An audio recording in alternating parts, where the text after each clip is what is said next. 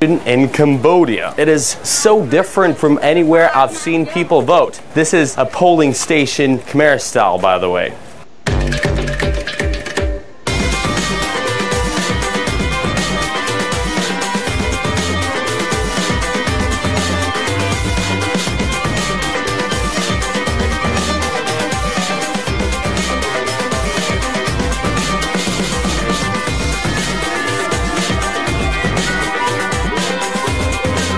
Doors here open at 7 in the morning and close just after lunchtime at 3. The party that came second last time, securing almost 45%, has vanished from the ballots with no successor. Quite a few things, though, are way too familiar. Foreign interference cannot stand in Cambodia democracy. The Prime Minister's government simply wants to silence the opposition. Collusion, meddling, cracking down on critics. Cambodia. That is so mainstream. Before changing the top level, we need to uproot the lower one. We need to change the lower level first. And the USA that has assisted me, they asked me to take the model from Yugoslavia, Serbia. I have experts, university professors in Washington, D.C., Montreal, Canada, hired by the Americans in order to advise me on the strategy to change the leaders.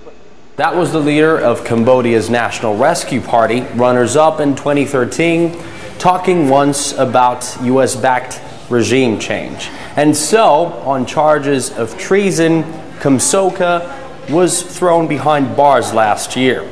The government then went after the whole party for what it called conspiring with America. So, right now, there is no such name of CNRP on that list. Uncle Sam has been trying many tools to scheme in Cambodia, like NGOs or foreign media, so say local officials. That's how they've justified cracking down on a handful of American-funded outlets and groups, which include Radio Free Asia or the National Democratic Institute. You team up with the opposition to overthrow the men in charge, you leave Cambodia. That's the gist. They never stop. They still want to continue their mission to topple the government. As we are a young boy and you are a big boy, how can you push down a small boy and you're asking for democracy and human rights? So Prime Minister Hun Sen, who first took power more than 3 decades ago, after once losing an eye in combat, ended up running for parliament with no mighty enemies on the ballot box battlefield. The most daring political opponents of his Cambodian People's Party have been silenced or jailed. Another option is to be banned from politics, like this former Phnom Penh City Council member from the CNRP. To make ends meet, he now has to endure the South Asian heat, driving a tuk-tuk. I don't care about losing power. I'm sorry for not being able to serve the people who elected us. Democracy in Cambodia was dead when the government got rid of the opposition party, which represents almost half of the country. I say it's time for our Prime Minister to step down.